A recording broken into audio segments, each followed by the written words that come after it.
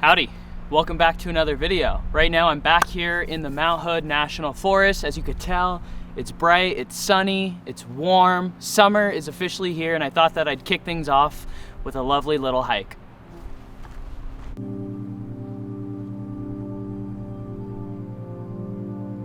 For the last few days, it has been not just warm, it's been hot, like really, really hot. We hit triple digits the other day.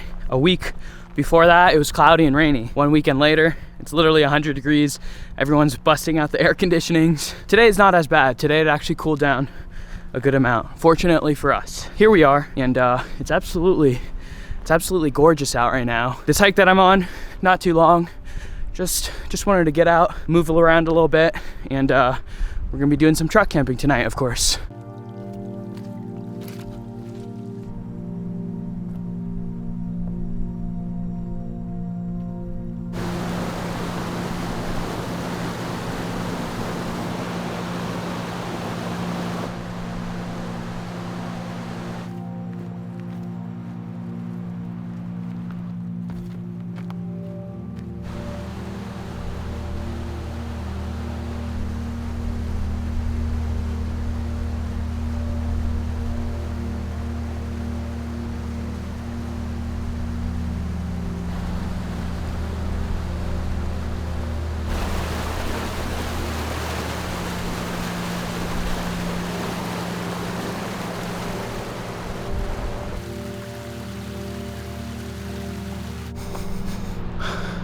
Something in the air here that smells so good, so pleasant.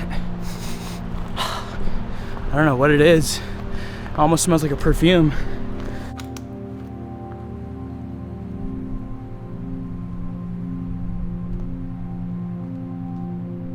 And we've hit snow.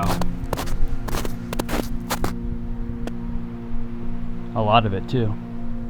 It's not that deep, but it is everywhere.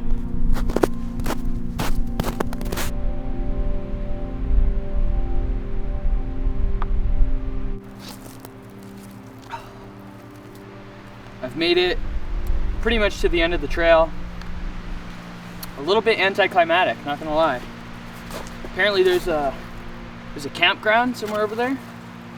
Obviously I'm not gonna be camping at the campground tonight. I think I'm just gonna have a quick little snack here, turn it around, start heading back to the truck, and then we'll make our way over to the spot that we're gonna spend the night. Got a white cheddar rice cake. These are really good.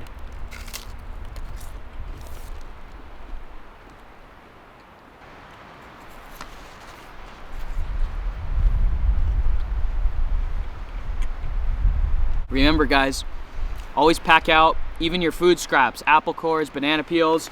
It's a common misconception that just because it's natural, you could just toss it on the ground when you're out hiking, but it's still bad for the environment. All right, let's head back to the truck.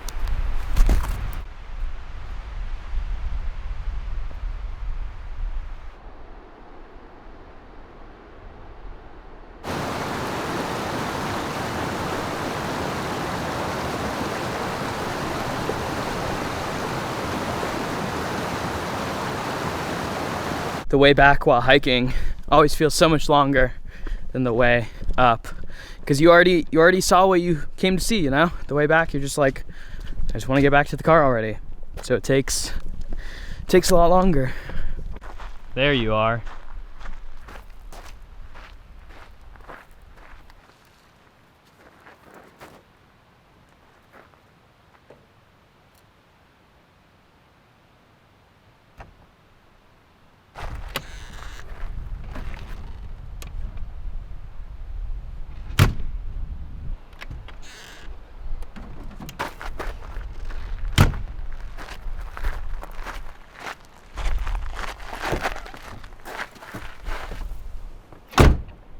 Before we continue, let's talk about today's sponsor, Anchor.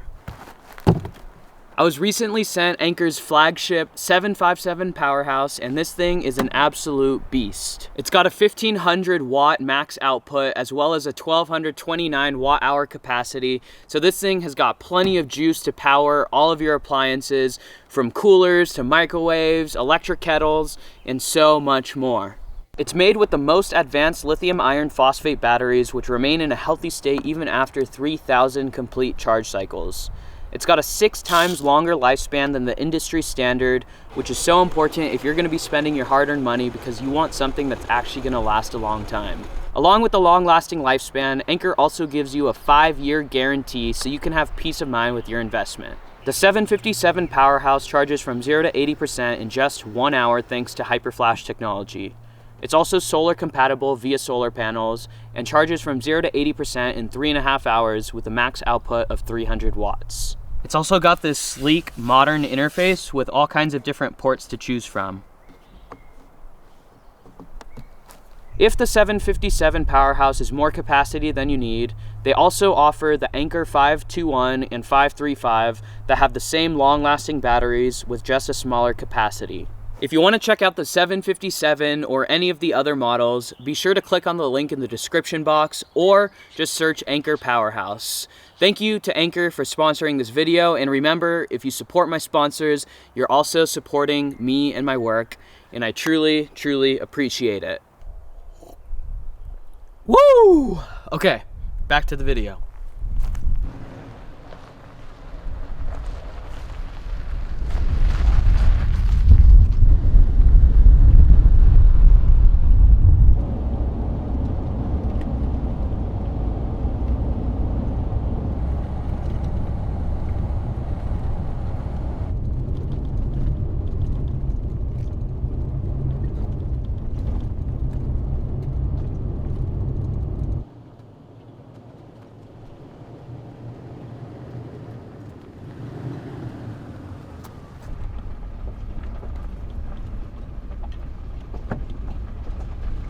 This is a pretty tight little road for my rig here. I don't have a huge rig, but this is a squeeze, that's for sure. Now, I don't know how well you guys could tell in the footage, but if I continue down this dirt forest road, it turns into an extremely tiny, narrow path with all kinds of branches overhanging, so I'm not gonna be able to make it down there with my rig because it's a little too big for that. So instead here I am making a 1,000,000-point U-turn to try to get turned around on this tiny little forest road. Unfortunately, my rig is too big for these tiny little forest roads up here in Oregon. All right. We'll try to make it work, I guess.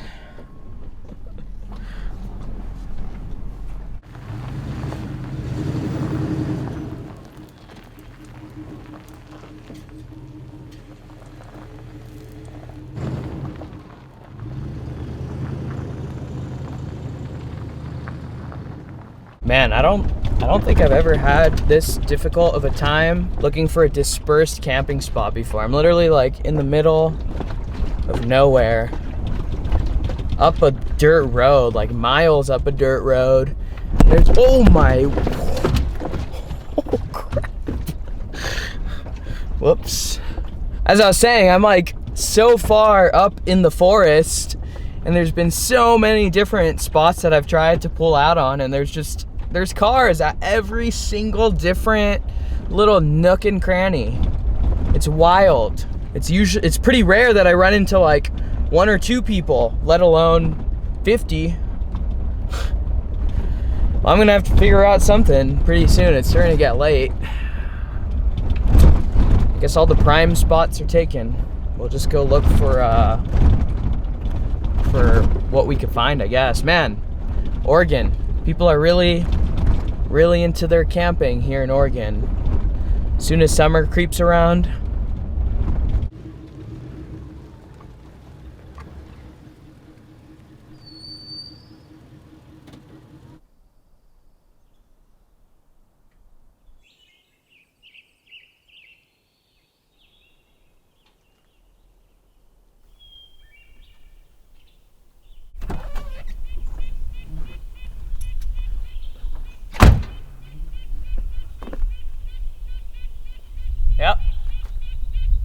think this spot will do.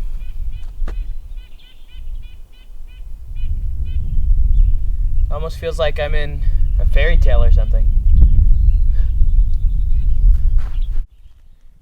Oh boy, look at all that dust from all those fire roads we were driving on. The inside gets a little bit dusty too, so I'm kind of concerned. Hopefully it's not just all covered in dust in there.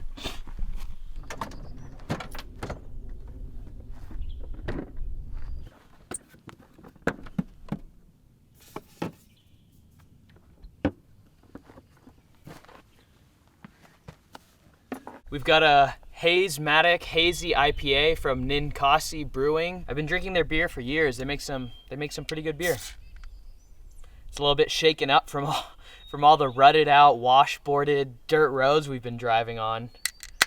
Some of those were really, sorry, got mosquitoes. Some of those roads were really horrible, like really bad, but sometimes that's what it takes to get to the cool spots like this.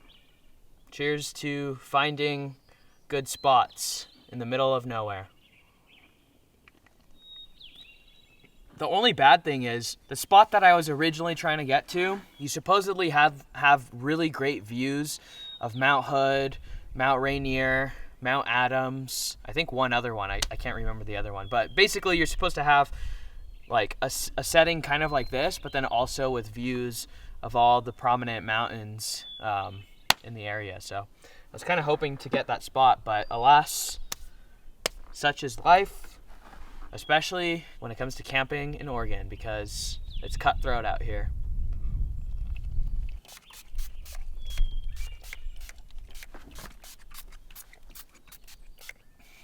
Whew. Oh. Man.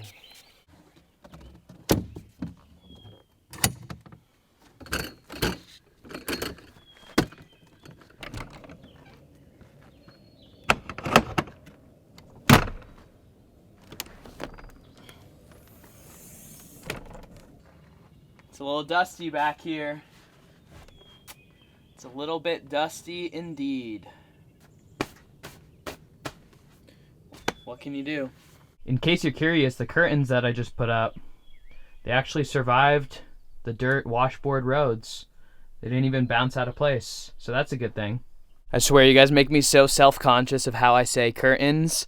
It's not that I'm embarrassed or that I really care what people say about me pronouncing it like curtains, but just the fact that so many people bring it up every time I go to say it, I like stop and I have a momentary pause in my head and I'm conscious about like, am I going to say curtains or curtains? I say curtains, okay? I don't know why. I don't know where I picked it up from. Potato, who cares? Leave me alone. Curtains, whatever. And check this out, guys. See that? Minimal effort. Way better now. Now that's luxury. See that? One hand. I used to have to use my every single ounce of strength I had to close that. Now just one hand. What I'm gonna be making tonight for dinner is a Mediterranean quinoa bowl topped with a fresh, homemade tzatziki sauce.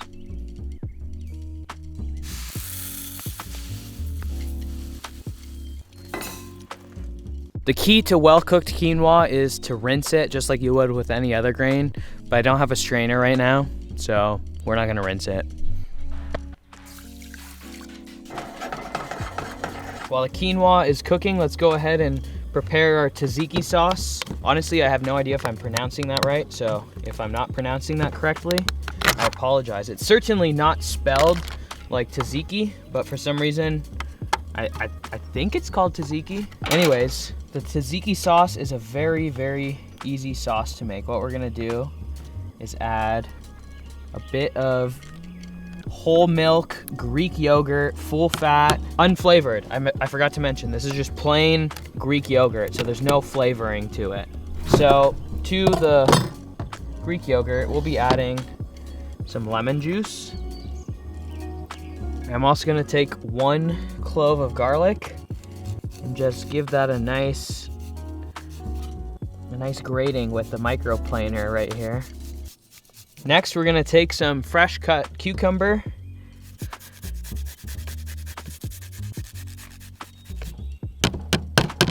Gonna hit it with some fresh cracked sea salt.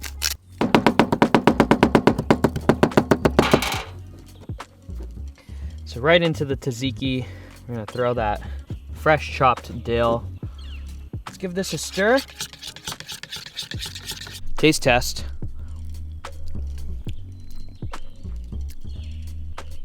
Oh, get away.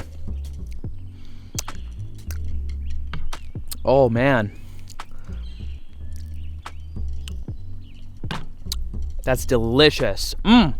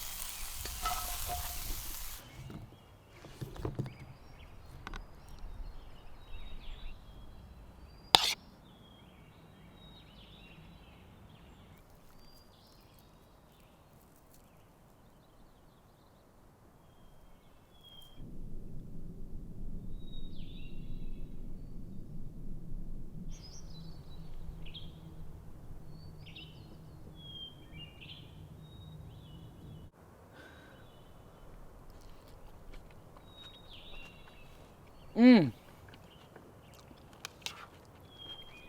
So fresh, so delicious. That hits the spot.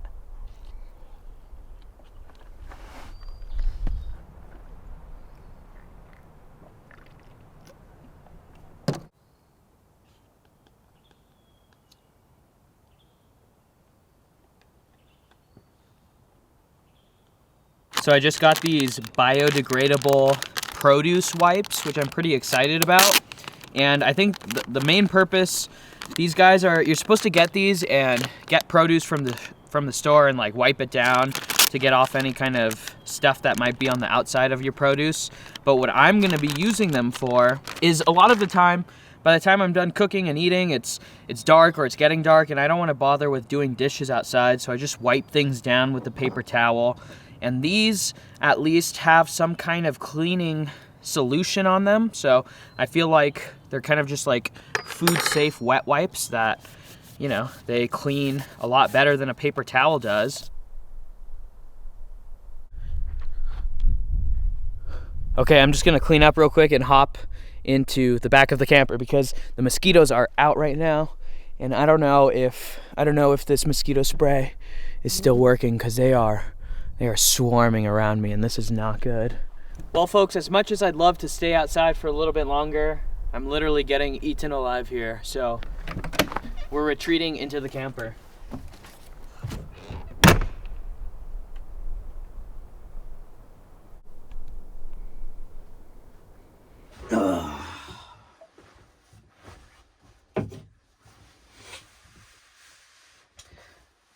Got dark quick. Came in at just the right time. Oh, I'm tired. Long day. Long day, that's for sure.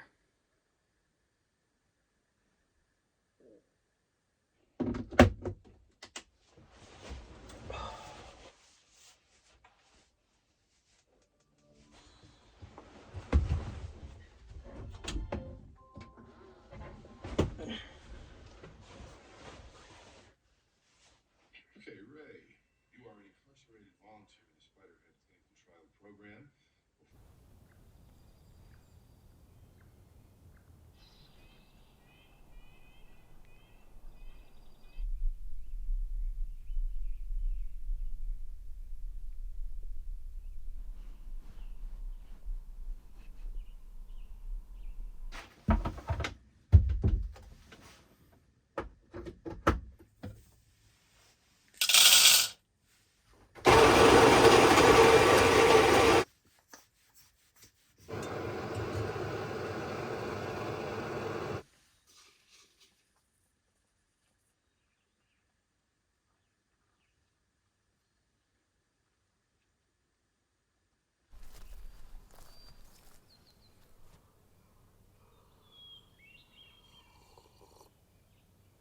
Woo!